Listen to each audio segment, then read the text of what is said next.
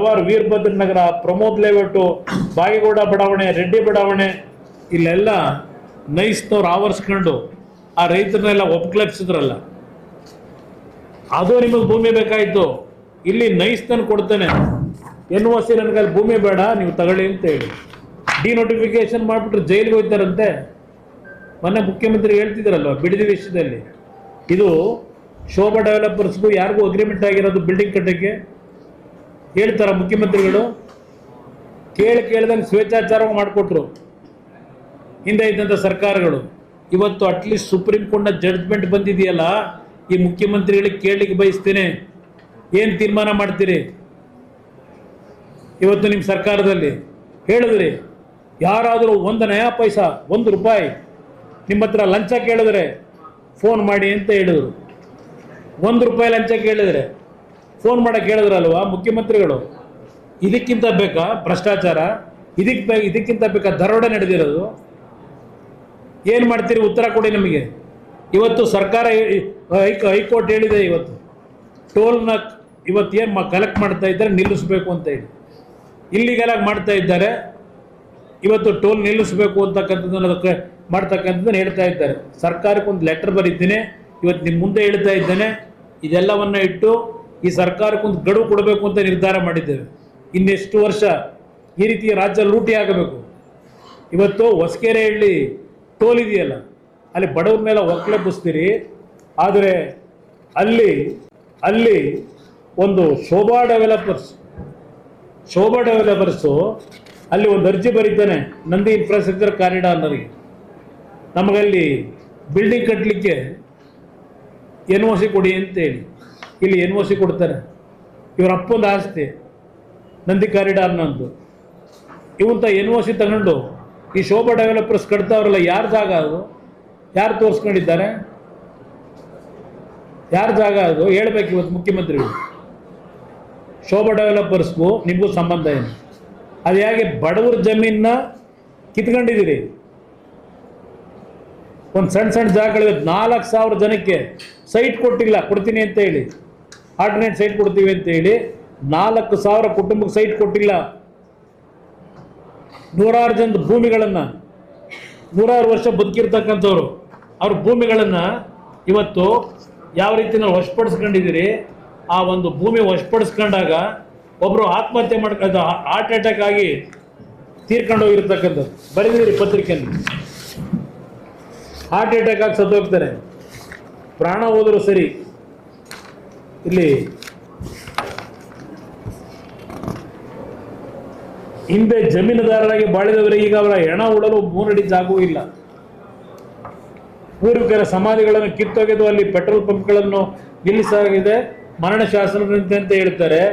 ಇಲ್ಲಿ 150 ಎಕರೆ ಲ್ಯಾಂಡು ಅವ್ರ ಜಮೀನು ಕಿತ್ಕೊಂಡು ಅವ್ರು ಹಾರ್ಟ್ ಅಟ್ಯಾಕ್ ಆಗಿ ಸತ್ತೋಯ್ತಾರೆ. ಇಲ್ಲಿ ಹಲವಾರು ವೀರಭದ್ರ ನಗರ, ಪ್ರಮೋದ್ ಲೇಔಟು, ಬಾಗೇಗೌಡ ಬಡಾವಣೆ, ರೆಡ್ಡಿ ಬಡಾವಣೆ ಇಲ್ಲೆಲ್ಲ ನೈಸ್ನವ್ರು ಆವರಿಸ್ಕೊಂಡು ಆ ರೈತರನ್ನೆಲ್ಲ ಒಪ್ಕಲಿಸಿದ್ರಲ್ಲ, ಅದು ನಿಮಗೆ ಭೂಮಿ ಬೇಕಾಯಿತು. ಇಲ್ಲಿ ನೈಸ್ತನ್ನು ಕೊಡ್ತಾನೆ, NOC ನನಗೆ ಅಲ್ಲಿ ಭೂಮಿ ಬೇಡ, ನೀವು ತಗೊಳ್ಳಿ ಅಂತ ಹೇಳಿ ಡಿನೋಟಿಫಿಕೇಶನ್ ಮಾಡಿಬಿಟ್ರೆ ಜೈಲಿಗೆ ಹೋಗ್ತಾರಂತೆ. ಮೊನ್ನೆ ಮುಖ್ಯಮಂತ್ರಿ ಹೇಳ್ತಿದ್ರಲ್ವ ಬಿಡದಿ ವಿಷಯದಲ್ಲಿ. ಇದು ಶೋಭಾ ಡೆವಲಪರ್ಸ್ಗೂ ಯಾರಿಗೂ ಅಗ್ರಿಮೆಂಟ್ ಆಗಿರೋದು ಬಿಲ್ಡಿಂಗ್ ಕಟ್ಟಕ್ಕೆ ಹೇಳ್ತಾರ ಮುಖ್ಯಮಂತ್ರಿಗಳು? ಇದು ಏನು ನಡೆದಿದೆ? ಇದಕ್ಕೋಸ್ಕರಲೇ ಇವತ್ತು ಹೈಕೋರ್ಟ್ನ ಆದೇಶ ಏನಿದೆ, ಹಲವಾರು ಫೈಂಡಿಂಗ್ಸ್ ಏನು ಕೊಟ್ಟಿದ್ದಾರೆ. ಆ ಫೈಂಡಿಂಗ್ಸ್ನ ಮೇಲೆ ಈ ಸರ್ಕಾರ ಏನು ತೀರ್ಮಾನ ಮಾಡ್ತೀರಿ? ಇನ್ನೂ ಎಷ್ಟು ವರ್ಷ ಬೇಕು? ದೇಶದಲ್ಲಿ ದೊಡ್ಡ ಸ್ಕ್ಯಾಮ್ ಅಂತಾರೆ. ಅವ್ರು ಹೇಳ್ತಾರೆ ಯಾವುದಾದ್ರೂ ತನಿಖೆ ಮಾಡಲಿಕ್ಕೆ ಈ ಸರ್ಕಾರಕ್ಕೆ ಸಾಧ್ಯ ಇದೆಯಾ ಅಂತಕ್ಕಂಥದ್ದು. ಹಲವಾರು ಅವ್ರು ಹೇಳ್ತಾರೆ ಜಡ್ಜ್ಮೆಂಟ್ನಲ್ಲಿ ಹಲವಾರು ಸಮಿತಿಗಳನ್ನು, ಕ್ಯಾಬಿನೆಟ್ ಉಪಸಮಿತಿಗಳನ್ನು ಮಾಡಿದ್ರು, ಆದರೆ ಯಾವುದೂ ಉಪಯೋಗ ಬರಲಿಲ್ಲ ಅಂತಕ್ಕಂಥದ್ದನ್ನು ಹೇಳ್ತಾರೆ. ಈ ರೀತಿ ಈ ಒಂದು ಕಂಪ್ನಿಯ ವಿಷಯದಲ್ಲಿ ನಾನು ಸರ್ಕಾರಕ್ಕೆ ಕೇಳ್ತೀನಿ, ಯಾವಾಗ ಟೋಲ್ ಕಲೆಕ್ಷನ್ ನಿಲ್ಲಿಸ್ತೀರಿ? ಈ ಕಂಪ್ನಿ 111 ಕಿಲೋಮೀಟ್ರ್ ಮಾಡಲೇ ಇಲ್ಲ. ಸರ್ಕಾರದ ಪ್ರಧಾನ ಕಾರ್ಯದರ್ಶಿ ಹೋಗಿ ಹೇಳ್ತಾನೆ ಕೇವಲ 5 ಕಿಲೋಮೀಟ್ರು ರಸ್ತೆ ಆಗಿದೆ. ಇದನ್ನು ಸರ್ಕಾರದ ಅಧಿಕಾರಿ ಇವತ್ತು ಕೋರ್ಟ್ ಮುಂದೆ ಹೇಳಿರ್ತಕ್ಕಂಥದ್ದೇನಿದೆ, ಮುಖ್ಯ ಕಾರ್ಯದರ್ಶಿ 111 ಕಿಲೋಮೀಟರ್ ಎಕ್ಸ್ಪ್ರೆಸ್ವೇ ಪೈಕಿ ಕೇವಲ 5 ಕಿಲೋಮೀಟರ್ ಮಾತ್ರ ನಿರ್ಮಾಣವಾಗಿದೆ ಎಂಬುದನ್ನು ಒಪ್ಪಿಕೊಂಡಿರುವ ಪ್ರಮಾಣ ಪತ್ರವನ್ನು 28 ಜುಲೈ 26ರಂದು ಅಂದರೆ ತೀರ್ಪು ಪ್ರಕಟವಾಗುವ ಒಂದು ದಿನ ಮೊದಲು ಪ್ರಸ್ತುತ ಸರ್ಕಾರದ ಅವಧಿಯಲ್ಲಿದ್ದ ಹೆಚ್ಚುವರಿ ಮುಖ್ಯ ಕಾರ್ಯದರ್ಶಿ ಅಂಜುಮ್ ಪರ್ವೇಜ್ ಅವರು ಸಲ್ಲಿಸವರೆ ಕೋರ್ಟ್ ಮುಂದೆ.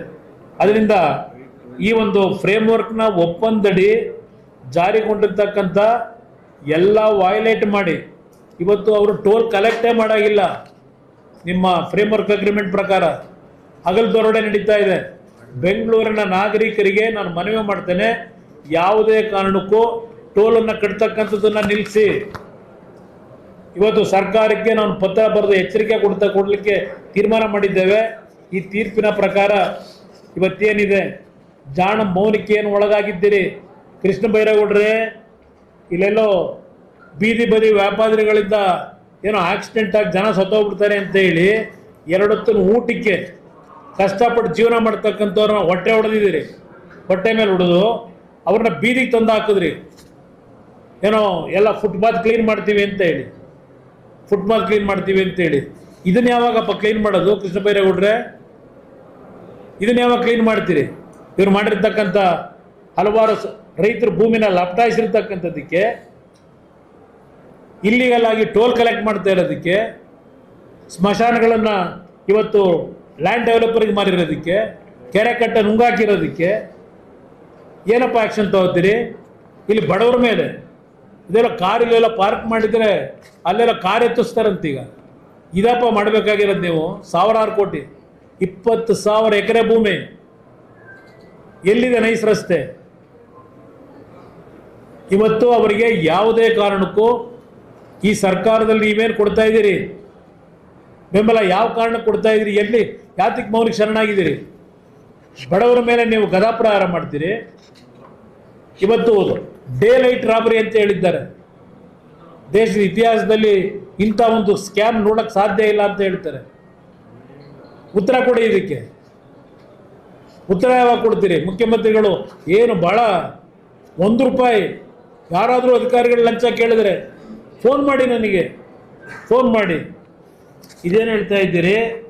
ಇನ್ನೊಂದು ಬಿಡದಿ ವಿಷಯದಲ್ಲಿ ನಾಳೆ ನಮ್ಮ ಪಕ್ಷದ ವತಿಯಿಂದ ಪಾದಯಾತ್ರೆ ಇದೆಯಲ್ಲ, ಸನ್ಮಾನ್ಯ ಮುಖ್ಯಮಂತ್ರಿಗಳೇ, ನಿಮ್ಮ ಸಮಿತಿ ನೀವು ಇದ್ದೀರಪ್ಪ, ಕಾಂಗ್ರೆಸ್ನ ಸತ್ಯಶೋಧನಾ ಸಮಿತಿ 2006ರಲ್ಲಿ ಮಾಡಿದರು. ಇದೇ ಮಲ್ಲಿಕಾರ್ಜುನ್ ಖರ್ಗೆ ಅವರು ಸತ್ಯಶೋಧನಾ ಸಮಿತಿಲಿ ಯಾರ್ಯಾರು ಅವ್ರು ನೋಡಿ ಫೋಟೋ ಹಾಕೊಂಡು ಪಾಪ ಡೈರೆಕ್ಷನ್ ಕೊಟ್ಟರು. ಮಲ್ಲಿಕಾರ್ಜುನ್ ಖರ್ಗೆ ಅವರು, ಸೋನಿಯಾ ಗಾಂಧಿ ಅವರು ಸತ್ಯಶೋಧನಾ ಸಮಿತಿ ಕಾಂಗ್ರೆಸ್ ಪ್ರದೇಶ ಕಮಿಟಿಯಿಂದ ಮಾಡಿದ್ರಲ್ಲ. ಇಲ್ಲಿ ಯಾರ್ಯಾರಿದ್ದೀರಪ್ಪ ಸಮಿತಿಲಿ?